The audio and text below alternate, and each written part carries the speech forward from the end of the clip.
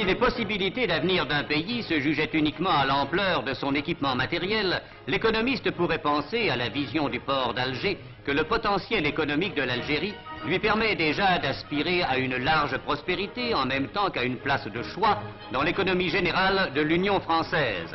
Avec le port d'Alger, comme avec ceux d'Oran, de Bougie, de Philippeville, de Beaune, la France a voulu que l'Afrique du Nord possédât sur la Méditerranée des bases commerciales puissantes, adaptées aux exigences du trafic moderne, ouvertes à toutes les possibilités des échanges internationaux et capables de faire respirer, au rythme d'une vie marquée par de si considérables progrès industriels et mécaniques, un pays riche qui, depuis son union avec la France, prend conscience de ses possibilités économiques.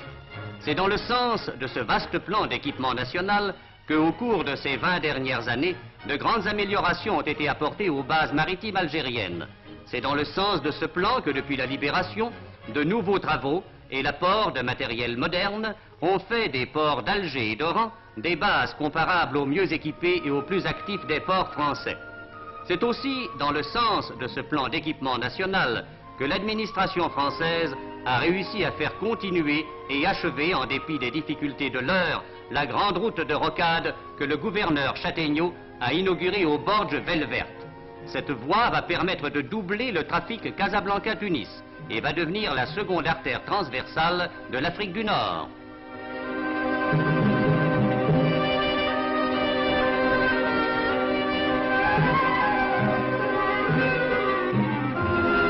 C'est encore dans le cadre de ce plan d'équipement national que s'ouvrent les uns après les autres et jusqu'aux lisières du désert des aérodromes qui faciliteront les liaisons rapides à travers toute l'Algérie. Ainsi, par la combinaison étudiée des ports, des routes et des aérodromes, l'Algérie compose la structure moderne qui lui permet dès aujourd'hui d'aspirer à jouer aux côtés de la métropole un rôle de premier plan dans l'économie française dont elle est inséparable. Pour jouer ce rôle, il faut à l'Algérie de l'eau. Le problème de l'eau est depuis 100 ans au premier rang des préoccupations de l'Algérie française. Ces dernières années, de magnifiques progrès, rendus possibles par les techniques modernes, ont été accomplis dans ce domaine. Le barrage de Kerrata, dans le Constantinois, sera bientôt la plus grandiose des réalisations de cet ordre.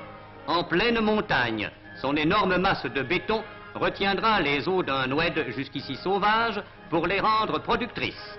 Demain, ces turbines fourniront par millions de kilowatts la force électrique qui fera au loin mouvoir les roues des usines.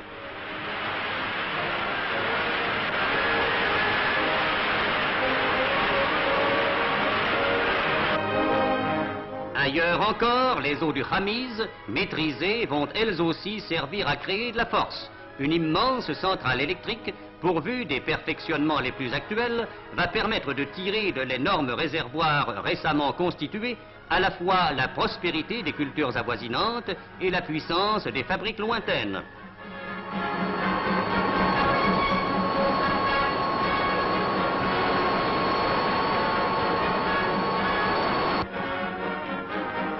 Ces nouveaux apports de force génératrice de travail et de richesse constitués par le réseau de barrages dont l'Algérie a fixé la réalisation sont augmentés par la présence aux confins marocains du bassin houlier de Kenazza, découvert en 1907 et dont l'exploitation, commencée pendant la guerre de 1914 par les chemins de fer algériens, n'a pu être sérieusement menée que depuis 1940.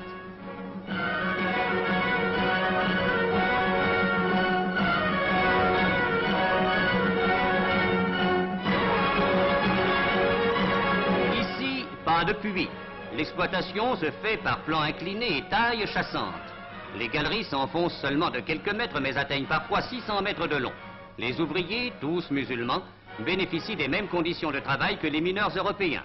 Et grâce à une parfaite coordination, l'exploitation, en dépit des difficultés causées par la faible épaisseur des couches, est montée de 20 000 tonnes en 1939 à 200 000 tonnes en 1945.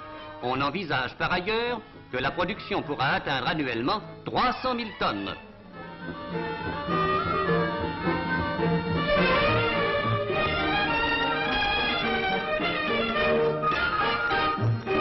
L'écoulement de cette production serait assuré si la construction du Méditerranée-Niger était réalisée, car elle permettrait l'alimentation des petites industries de transformation qui se développeraient aux confins algéro-marocains. À l'heure actuelle, le charbon de Kenazza satisfait au tiers des besoins de l'Algérie. Et Kenazza est un symbole, le symbole d'un effort prodigieux nécessité par la guerre et l'isolement de l'Algérie, devenue dans la paix une source de prospérité. Grâce aux forces fournies par les puissances hydroélectriques des barrages et le charbon de Kenazza, des industries sont nées en Algérie. La France y a créé récemment le premier centre d'industrie lourde avec cette tréfilerie-câblerie qui se prépare à assurer la fourniture des fils et des câbles d'acier nécessaires au pays. Cette industrie nouvelle, à l'établissement de laquelle l'administration française a apporté tous ses soins, a été dotée d'un outillage parfaitement apte à la fabrication des câbles de toute grosseur. Grâce à cette usine, l'Algérie pourra bientôt peut-être se passer de l'apport de la métropole en ce qui concerne les câbles métalliques. Et cette tréfilerie est un premier pas vers l'industrialisation algérienne dans le domaine de l'industrie lourde.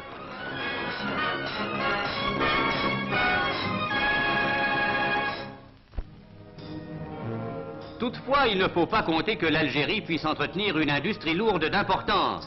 Le manque de minerais l'en empêche. Son domaine est plutôt dans les industries du textile. Dans ce pays où le mouton vit par immenses troupeaux, la laine est une matière première d'importance essentielle. C'est pour traiter ces quantités considérables de laine que la France a créé en Algérie la première fabrique destinée à utiliser sur place la matière première qui, naguère encore, s'en allait alimenter les filatures et les tissages du nord de la France.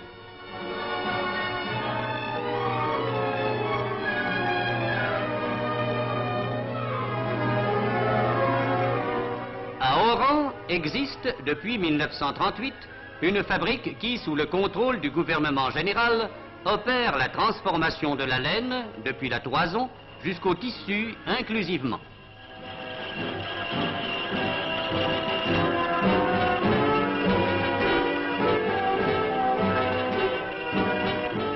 Cette laine algérienne, cardée et filée en Algérie, tissée en Algérie, est capable à l'heure actuelle d'assurer, en plus des laines à tapis et à tricoter, la fourniture mensuelle de 10 000 mètres de tissu.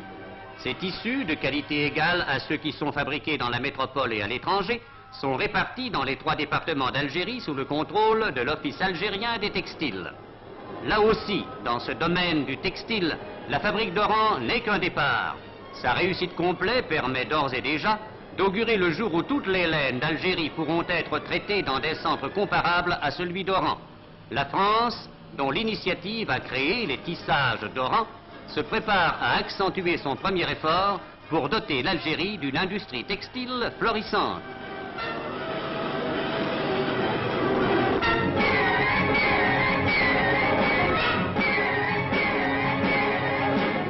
Une autre industrie bien faite pour le pays et dont l'extension apportera à l'Algérie une source de profit considérable est celle de la conserve.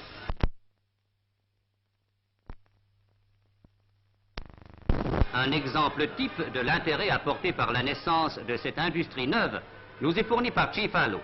Ce village de pêcheurs possède aujourd'hui une usine de ce genre qui traite les sardines, très nombreuses dans les eaux de Chifalo.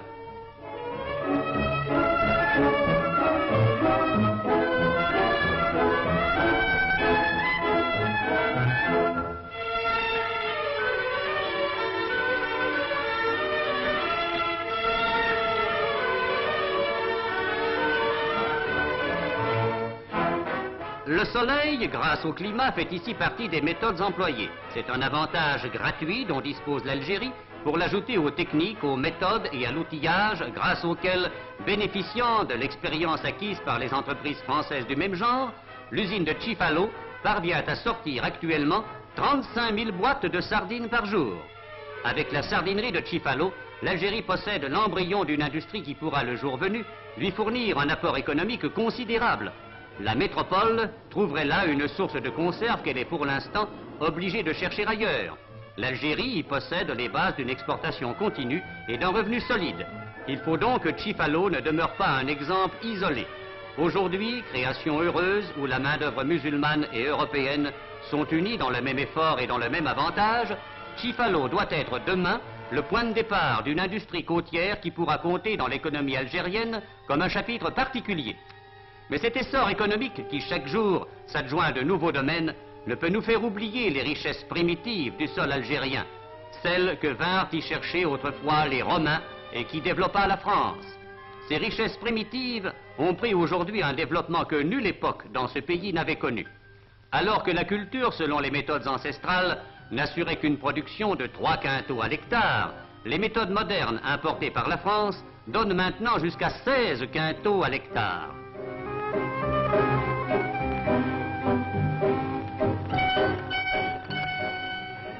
Ce stade de rendement est atteint très généralement dans les grandes exploitations créées depuis un siècle en Algérie et qui comptent parfois 1000 hectares et plus, consacrés uniquement à la culture des céréales et cultivés au moyen du matériel le plus moderne, à l'instar des exploitations canadiennes ou américaines. Ainsi, l'Algérie n'a pas cessé d'être le grenier dont parlaient les civilisations disparues.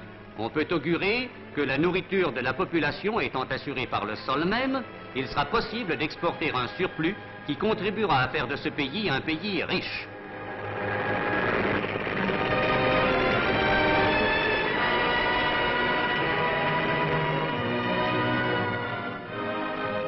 L'autre richesse primitive du sol algérien, c'est la vigne. On sait que la vigne, cultivée depuis la plus haute antiquité, a connu une nouvelle prospérité due à l'action française depuis 100 ans. L'importance de cette culture sur tout le territoire, mais principalement dans la région d'Oran, est devenue telle qu'elle a fait de l'Algérie un des pays grands producteurs de vin au même titre que la France, l'Italie, l'Espagne et la Grèce. Dans ces vignobles qui couvrent parfois plusieurs centaines d'hectares, les vendanges apportent chaque année les signes d'une indiscutable prospérité.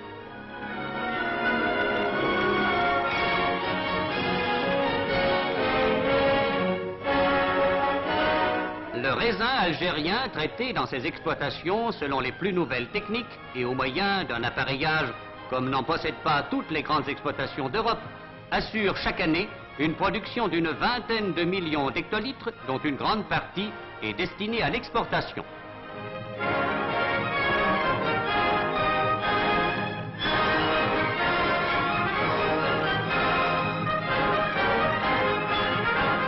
Cette importance de la vigne, devenue l'une des richesses locales, assure à l'Algérie une place certaine et prépondérante dans les échanges commerciaux avec l'Europe.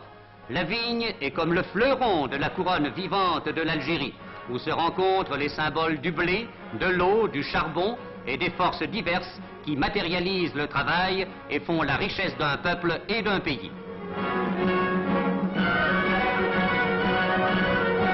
Dans cet essor économique commencé voici un siècle et qui aujourd'hui est parvenu à faire de l'Algérie une terre où les réalisations acquises n'ont pas que leur valeur de réalisation, mais aussi celle d'une promesse d'avenir, la France peut revendiquer hautement l'ampleur de son rôle. Sa récompense est de voir aujourd'hui l'Algérie riche, prospère, heureuse, assurée d'un avenir éclatant.